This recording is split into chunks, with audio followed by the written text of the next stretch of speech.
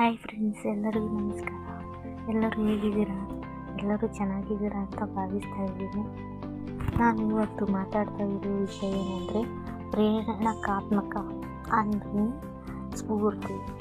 ಸ್ಫೂರ್ತಿದಾಯಕ ಮಾತುಗಳು ಅಂದರೆ ಸಪೋರ್ಟಿವ್. ಪ್ರಿಯ ಸ್ನೇಹಿತರೆ, ನಮಸ್ಕಾರ.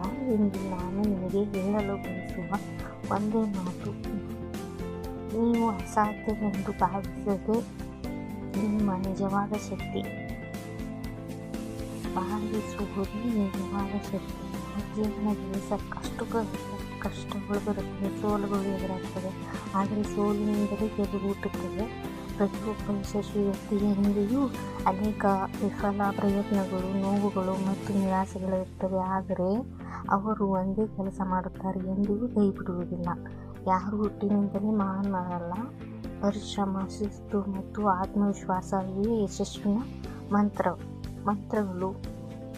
ಇಂದು ನೀವು ಮಾಡುವ ಒಂದು ಸಣ್ಣ ಪ್ರಯತ್ನವೇ ನಾಳೆ ದೊಡ್ಡ ಯಶಸ್ವಿಗೆ ಬೀಜವಾಗುತ್ತದೆ.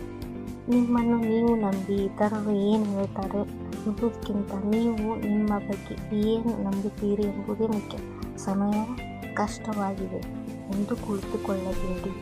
ಎದ್ದು ನಡೆಯಿರಿ, ಮುಂದೆ ನಡೆಯಿರಿ. ನಿಮ್ಮ ಕನಸಿನ ಕಡೆಗೆ ಒಂದು ಹೆಜ್ಜೆ ಇಡಿ. ನೆನಪಿಟ್ಟುಕೊಳ್ಳಿ, ನೀವು ಪ್ರಯತ್ನಿಸುವವರೆಗೆ ಸೋಲಿಲ್ಲ. ನೀವು ಕೈ ಬಿಟ್ಟ ದಿನವೇ ನಿಜವಾದ ಸೋಲು.